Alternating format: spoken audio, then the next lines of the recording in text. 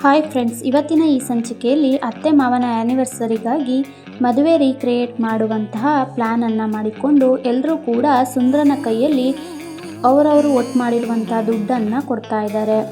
ಇತ್ತ ಪ್ರಿಯಾಳ ಬಳಿ ಮಾತ್ರ ದುಡ್ಡು ಇರೋದೇ ಇಲ್ಲ. ಇದನ್ನು ಗಮನಿಸಿದಂಥ ಮೀನಾ, ನೀವು ಬೆಳಿಗ್ಗೆ ನನಗೆ ದುಡ್ಡು ಕೊಟ್ಟಿದ್ರಲ್ವಾ, ತಗೊಳ್ಳಿ ಅಂತ ಹೇಳಿ 3,000 ರೂಪಾಯಿಯನ್ನು ಕೊಡ್ತಾ ಇದ್ದಾಳೆ.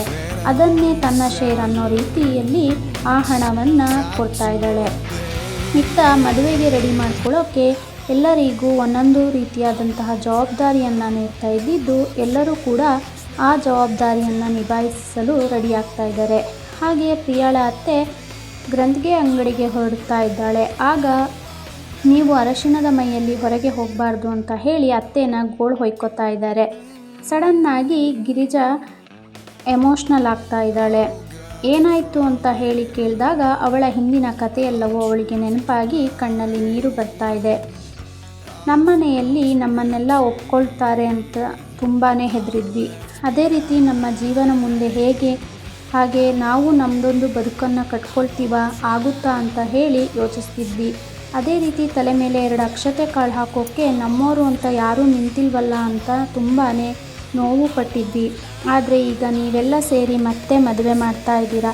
ನೀವೆಲ್ಲ ಸೇರಿ ನನಗೆ ತುಂಬಾ ಖುಷಿಯನ್ನು ಕೊಡ್ತಾ ಇದ್ದೀರಾ. ಇದಕ್ಕೆ ನನಗೆ ಹೊಗಳೋಕ್ಕೆ ಪದಗಳೇ ಇಲ್ಲ ಅಂತ ಹೇಳಿ ತುಂಬಾ ಎಮೋಷ್ನಲ್ ಆಗ್ತಾ ಇದ್ದಾಳೆ.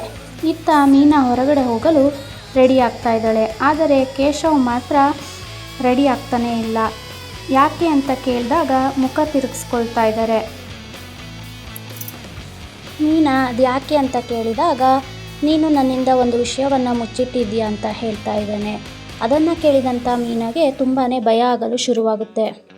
ಕೇಶವ್ಗೆ ವಲ್ಲಭ ಅಮೂಲ್ಯ ವಿಷಯ ಗೊತ್ತಾಗಿದೆಯೇನೋ ಅಂತ ಹೇಳಿ ಭಯ ಪಡ್ತಾ ಇದ್ದಾಳೆ. ಆದರೆ ಕೇಶವ್ಗೆ ಅಪ್ಪನ ಬರ್ಡೆಗೆ ಮೀನಾ ಐಡಿಯಾ ಕೊಟ್ಟು ಪ್ರಿಯಾ ಕೊಟ್ಟಿದ್ದು ಅಂತ ಹೇಳಿರೋದು, ಹಾಗೆ ಪ್ರಿಯನಿಗೆ 3,000 ರೂಪಾಯಿ ದುಡ್ಡು ಕೊಟ್ಟಿರೋದು ವಿಷಯ ಗೊತ್ತಾಗಿರುತ್ತೆ. ಅದಕ್ಕೆ ಕೇಶವ್ ಅವಳಿಗೆ ಬಸ್ಕಿಯನ್ನು ಹೊಡೆಸ್ತಾ ಇದ್ದಾನೆ. ಹಾಗೆ ಇಷ್ಟೆಲ್ಲ ಮಾಡಿರೋ ಮೀನಾನ ಬಗ್ಗೆ ಕೇಶವ್ಗೆ ಪ್ರೀತಿ ಇನ್ನೂ ಹೆಚ್ಚಾಗ್ತಾ ಇದೆ.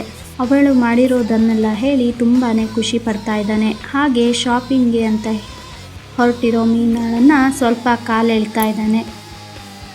ಇತ್ತ ಸುಂದರ ಮನೆಗೆ ಬಂದಿದ್ದಾನೆ. ಎಲ್ಲರೂ ಕೂಡ ತುಂಬಾ ಖುಷಿಯಿಂದ ವಿಚಾರಿಸ್ಕೊತಾ ಇದ್ದಾರೆ.